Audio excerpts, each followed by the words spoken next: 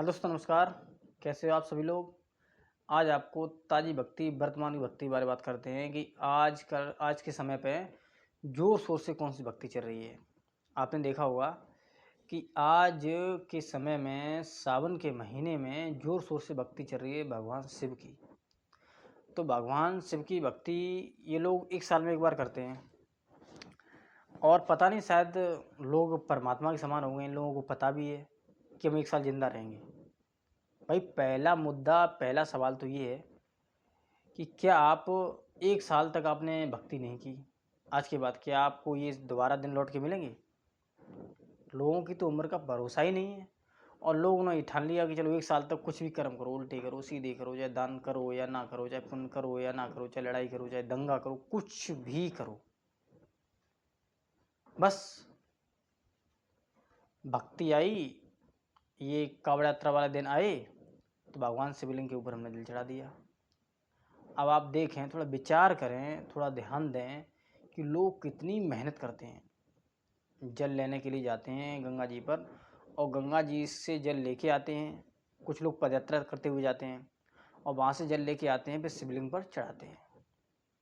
भाई, हमें ये भी तो विचार करना है कि शिव जी क्या गंगा जल की भूखे हैं? तो उनको गंगा जल की प्यास है। आप जानो कि शिव जी की जटा से गंगा जी निकली हैं, तो शिव जी को गंगा जल की ज़रूरत है क्या? अनुमान लगाओ। लेकिन मैं ये नहीं कहता कि आप जो गंगा जल लेके आते हैं वो गलत चढ़ाते हैं। आपको इस प्रतिक्रिया से सीख लेनी है। अगर ये परंपरा चलती आ रही है तो परंपरा गलत नहीं है, पर ये है क्यों?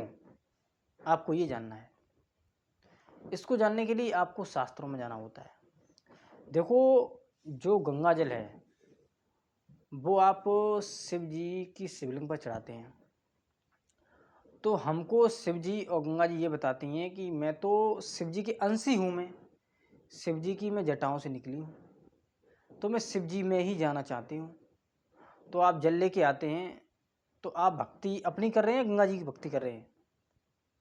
एक आपके मन में प्रश्न आना चाहिए, दिमाग होना चाहिए कि जो गंगा जी हैं वो शिव की जटा से निकली हैं और आपने गंगा जल भरा और शिव के ऊपर आपने मतलब डाल दिया, आपने शिवलिंग पर डाल दिया। तो आप भक्ति मतलब गंगा जी कर रहे हैं शिव की, आप कहाँ कर रहे हैं? अब आपको जानना होगा कि आप किसके अंशी हैं। भाई, गंगा जी तो सही हैं, वो तो अपने अंशी से मिल रही हैं, जहाँ से निकली वहाँ जा रही हैं। आप कहाँ जा रहे हैं? आप किसके अंश हो? आपकी भक्ति क्या है? आप हो कौन? जब तक आप ये नहीं जानोगे कि मैं भी अपने अंशी से मिलूँ। आपने देखा होगा कि आगी जो होती है, आप आग जलाओ तो वो आसमान में जाती है, वो भी अपने अंशी से मिलना चाहती है, सूर्य से। आप किसी को भी देखो, जैसे आप कोई मतलब मिट्टी का ढीमा फेंको तो वो भी अपनी अंशी से मिलना चाहता है, जो ज़मीन पर आता है। हर इंसान सही रास्ते पर है, लेकिन एक इंसान ही है वो गलत रास्ते पर है।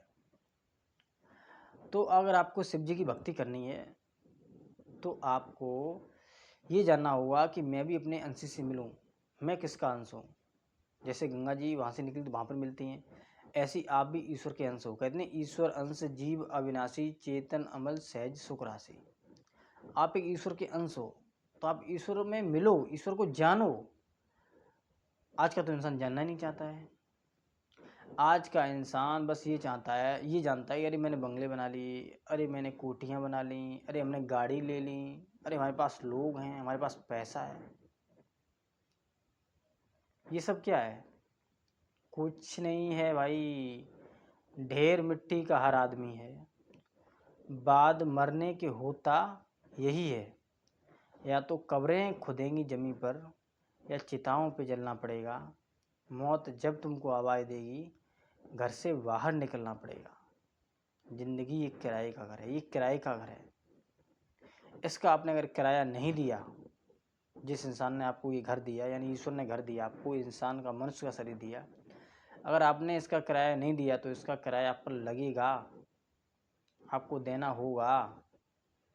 तो कोई इंसान नहीं छोड़ता। आप एक बात बताओ, आपने किसी से रुपए लिए 1,000 या 10,000 या 1 लाख, अगर आप उस पर नहीं लोगे तो फिर आप पर ब्याज बढ़ेगा।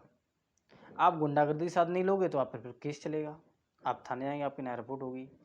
ऐसे ही ये परमपिता परमात्मा ने आपको ये शरीर दिया, इस शरीर का किराया अगर आपने जमा नहीं किया तो आप पर भी डबल चार्ज लगेगा, आप पर भी इसका ब्याज लगेगा, आपकी भी दशा खराब होगी जैसे एक मुजरिम की होती है। इसलिए सच को जानो, भक्ति स्वतंत्र है, भक्ति किसी का अधीन नहीं है। आप तो गुलाम होकर के जाते हैं 1 साल बाद 1 दिन के, और आप सारे कामों को छोड़ देते हैं, आप घर को छोड़ देते हैं, आप इतना तप करते हुए जाते हैं। और भक्ति क्या कहती है शास्त्रों में, भक्ति स्वतंत्र सरल सुख खानी, बिनु सत्संग न पावे प्राणी। देखो कितनी अनमोल बात है। अगर आप भक्ति जानना चाहते हैं तो आपको फिर सत्संग में जाना ही होगा। और सत्संग के नाम से आपको लगती है मिर्ची, सत्संग के नाम से आपको होती है जलन, सत्संग के नाम से आपको लगती है हवा रवा। आप सब करते हैं पर सत्संग सुनना नहीं चाहते हैं। और वास्तव में सत्संग के सिवाय कुछ नहीं है। जो समय बीते सत्संग में वही तो घड़ी है। इसीलिए मेरे दोस्तों सत्संग की महिमा बड़ी है। अंततः सब बेफिजूल का टाइम है, कुछ नहीं है, कोई किसी का नहीं जगत में।